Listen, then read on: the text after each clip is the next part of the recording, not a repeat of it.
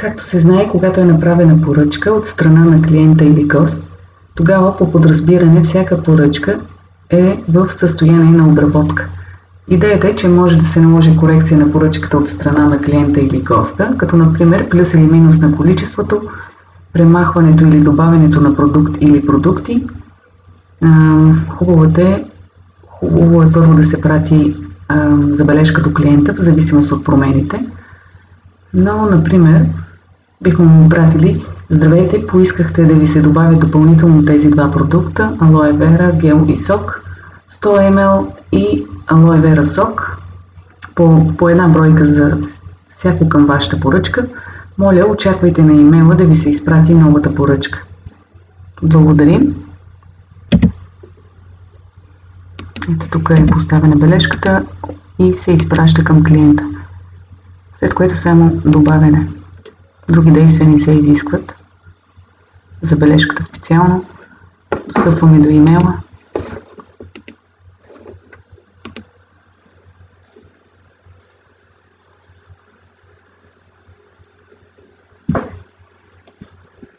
Така, тази бележка е хубаво да се прати още преди самата промяна на поръчката.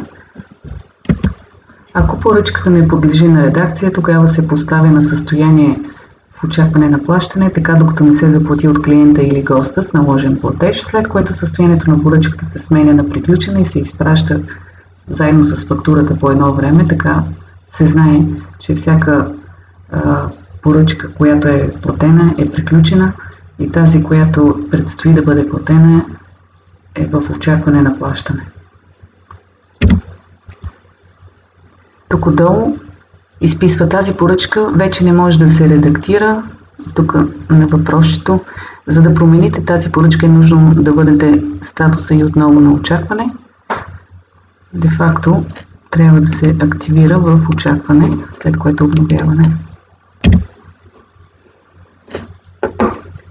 Това е поръчката от 3 продукта с 4 на 2 от тях, обща сума 84,54 и доставка 9,34.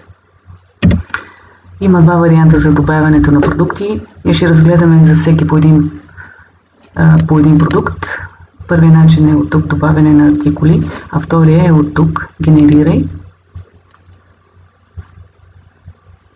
И после, след което тук и се избира и нов ред. Нека първо да видим този вариант.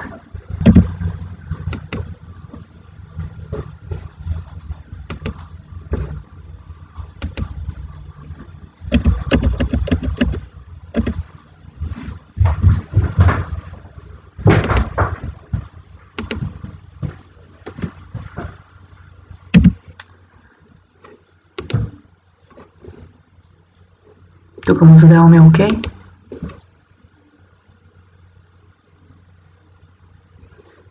И цената е променена, с изключение на доставката, която се седи същата. После ще обясня и за доставката. Тук даваме обновяване също.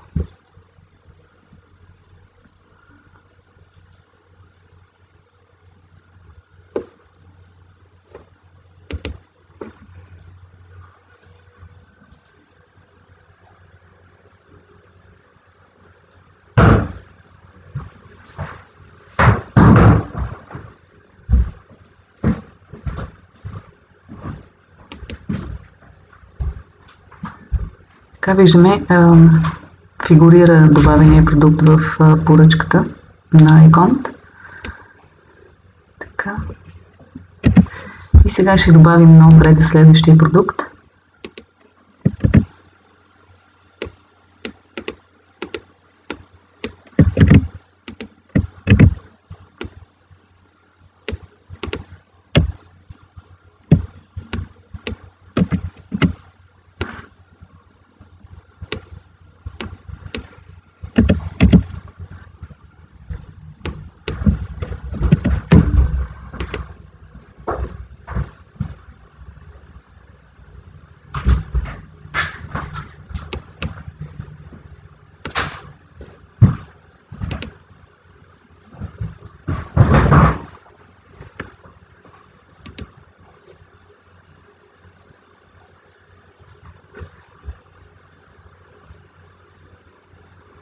Така, тук не го отразява, нищо, че го добавихме през Еконт, но да погледнем дали все още е там продукта.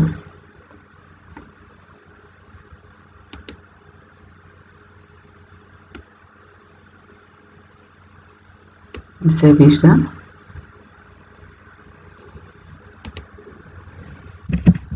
Така че добавянето и редакцията на продукти през Екон, да го наречем, не е желателно, тъй като не отразява.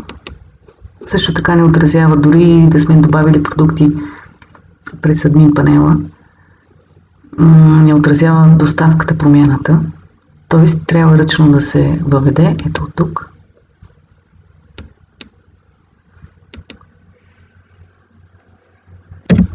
Така, цената знаем. Сега за момента е 92 лева. Единственото е, че имаме доставка, на която не сме изчислили алоe вера сок и да добавим към съществуващата. Тук е направена поръчката през админа. Зададен е адрес Софийски. Ето е поръчката. Пак така 92 лева. Отиваме изчисление на цената на Еконт. Искаме до адрес. Това трябва да се внимава дали е до офис или адрес.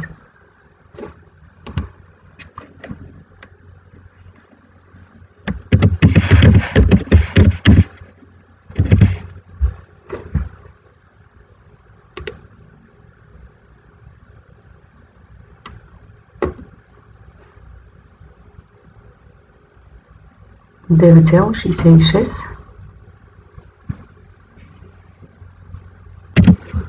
Тогава тук променяме на 10 лева.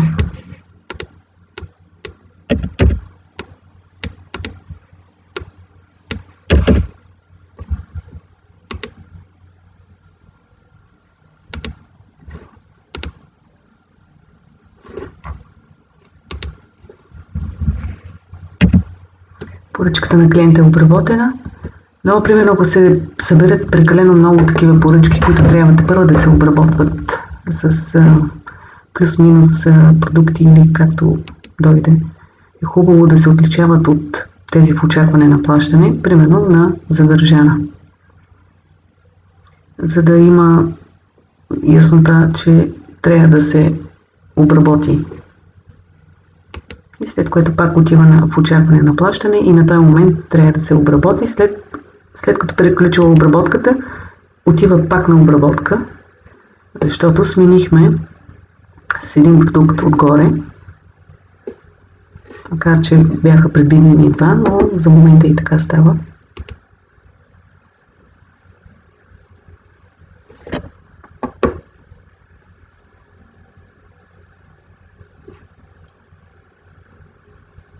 Може да се и добави бележка от рода на новата ви поръчка е готова или променената. Имаме на имейла.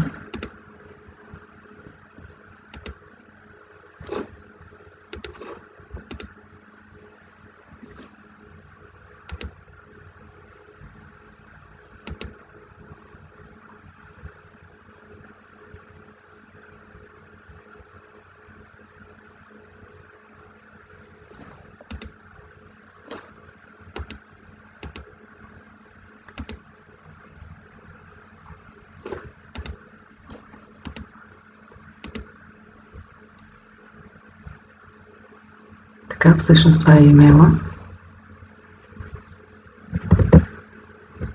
И че се обработва.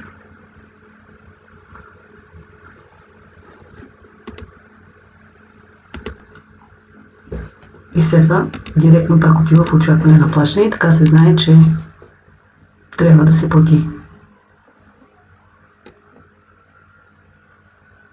Ако им предстои така наречената обработка, само че на самата съществуваща, подлежи на задържана. Видим как би изглеждало.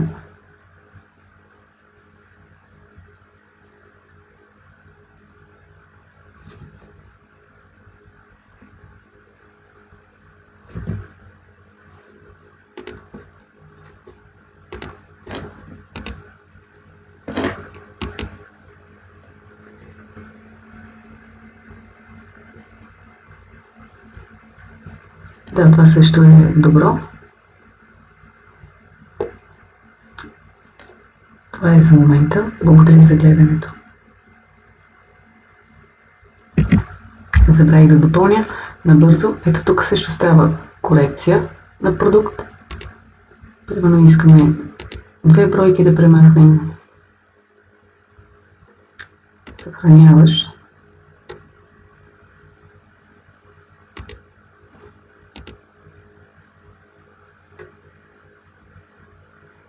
На тези 2 бройки пак така трябва да се направи списък на всичките продукти през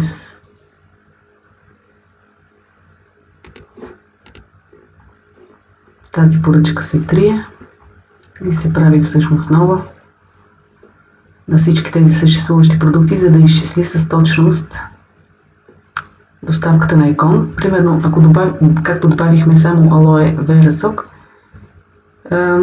и примерно изчисляваме само на него колко е и го добавяме към общата сума, ще се получи разликата, като икон прави отстъпки в количество, предполагам, или за по-евтин. Проверено е. Мисълта ми е, че трябва да играят всички продукти вътре, преди да се знае каква е точната цена на иконата. И пак благодаря.